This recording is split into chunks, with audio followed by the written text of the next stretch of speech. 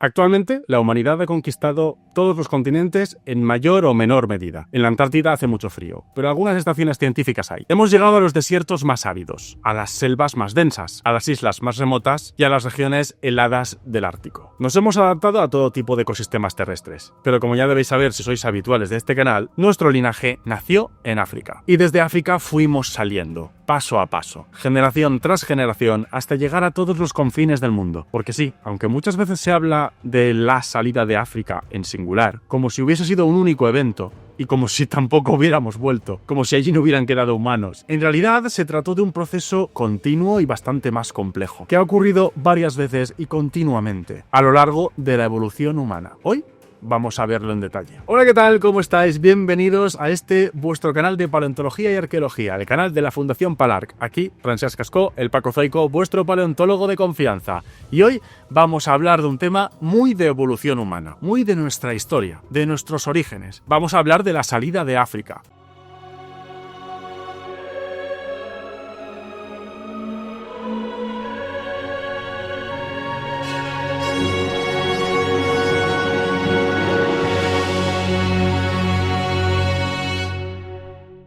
Pero si hoy en día hablamos de la salida de África, es porque sabemos que gran parte de nuestra historia evolutiva como linaje tuvo lugar allí. Sin embargo, esto no ha sido siempre un conocimiento asentado. Repasemos un poquito echando la mirada atrás. Tras la formulación de la teoría de la evolución a través de la selección natural de Darwin y Wallace, y eso sí, en un momento en el que incluso la propia idea de la evolución aún generaba un debate bastante encendido, incluso dentro de la comunidad científica, aquellos que ya abrazaban nuestro origen evolutivo comenzaron un nuevo debate, una nueva discusión. Si el ser humano había evolucionado a partir de otros primates, ¿dónde estarían sus fósiles más antiguos? ¿Dónde estaría este eslabón perdido del que se hablaba entonces que conectara a la humanidad con sus ancestros más simiescos? ¿Qué lugar en el mundo tendría el honor y la gran responsabilidad de ser la cuna de la humanidad? Durante las décadas siguientes se propusieron muchas hipótesis. De hecho, algunos naturalistas incluso apostaban por Asia, otros por Europa. E incluso hubo quienes imaginaban orígenes dispersos a lo largo de todo el mundo. Pero incluso el propio Charles Darwin ya había sugerido que nuestro origen debía estar en África, que era una candidata lógica. Y su razonamiento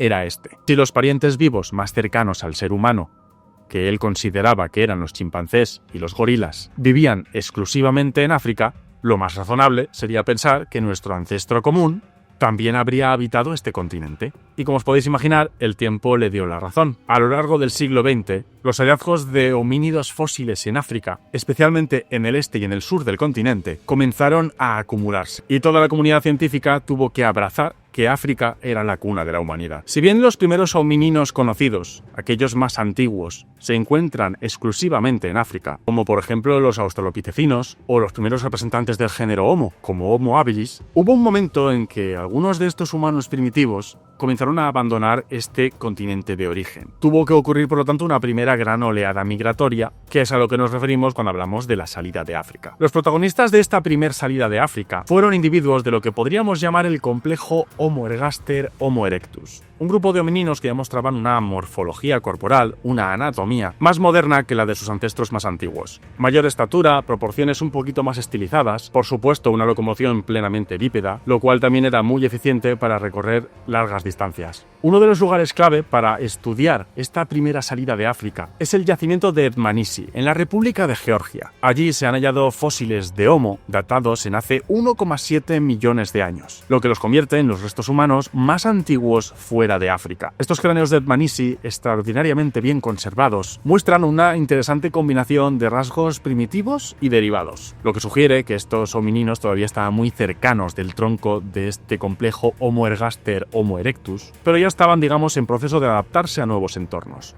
Y de hecho fueron descritos como una especie propia, Homo georgicus. En Asia Oriental, los fósiles más antiguos de Homo erectus se encuentran en yacimientos como Mojokerto o Sangkiran, en la isla de Java, en Indonesia, con edades que oscilan entre 1,5 y 1 millón de años. Estos datos indican que en menos de medio millón de años, Homo erectus ya se había dispersado por gran parte de Eurasia. Y en Europa Occidental también encontramos señales, evidencias de esta expansión temprana. En la cuenca de Guadix-Baza, de la que ya hablamos en detalle hace poco, localizada al sureste de la península ibérica, se han encontrado, por un lado, herramientas de piedra de tecnología oldubayense, que es, como recordaréis, la más antigua conocida, y al menos tenemos un diente humano datado en torno a 1,4 millones de años, procedente del yacimiento de Barranco León. Estos hallazgos confirman que la península ibérica formaba ya parte del territorio explorado por estos homininos, que podemos considerar como los primeros homininos euroasiáticos. Más al norte, en la Sierra de Atapuerca, en Burgos, el nivel inferior de la cima del elefante ha proporcionado un rostro humano y una mandíbula de más de 1 millón de años de antigüedad. De manera que queda muy patente que más de 1 millón de años atrás en el tiempo ya nos habíamos asentado en las regiones templadas de Eurasia, incluso en la península ibérica. Desde este momento, posiblemente el flujo de poblaciones, de movimiento de homininos entre África, Asia y Europa tuvo que ser más o menos constante. Salvo en momentos en los que climáticamente aparecieran barreras, no hablaríamos de migraciones discretas y organizadas, sino de un largo proceso de entradas, salidas y contacto entre diferentes poblaciones. Sin embargo, cuando hablamos de las salidas de África, hay otro momento clave al que nos referimos, y es la expansión de nuestra propia especie, los humanos modernos, los que tradicionalmente hemos llamado Homo sapiens. Los humanos modernos surgimos en África hace alrededor de 300.000 años, como demuestran por ejemplo los fósiles de Jebel Irhoud en Marruecos, que representan algunos de los restos asignados con más seguridad a nuestra especie, aunque hay otros yacimientos que proponen que su origen podría ser incluso un poquito más antiguo, acercándonos al medio millón de años. En aquel momento, Europa estaba habitada por miembros del linaje de los neandertales, descendientes de homínidos llegados con anterioridad a Europa. La llegada de Homo sapiens, de los humanos modernos, a Europa no tuvo que ser uniforme ni tampoco inmediata. Aunque algunos indicios sugieren cierto movimiento hacia el levante mediterráneo y el Próximo Oriente desde hace cerca de 150.000 años, por ejemplo, la expansión definitiva en Europa occidental se produjo entre hace 45.000 y 40.000 años, momento en el que también se documentan las primeras industrias, las primeras culturas asociadas con los humanos modernos,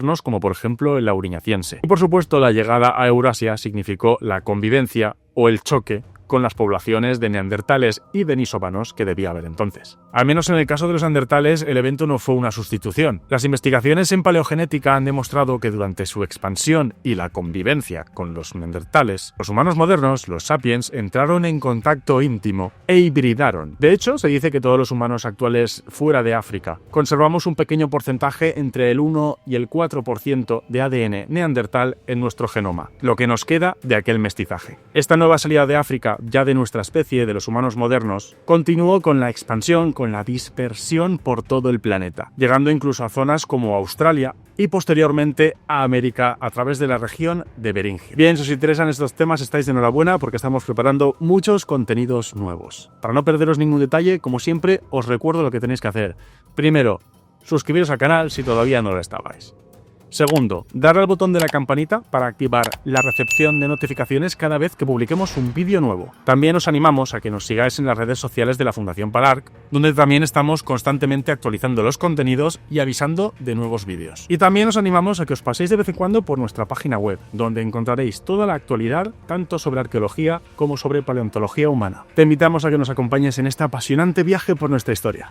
Muchas gracias.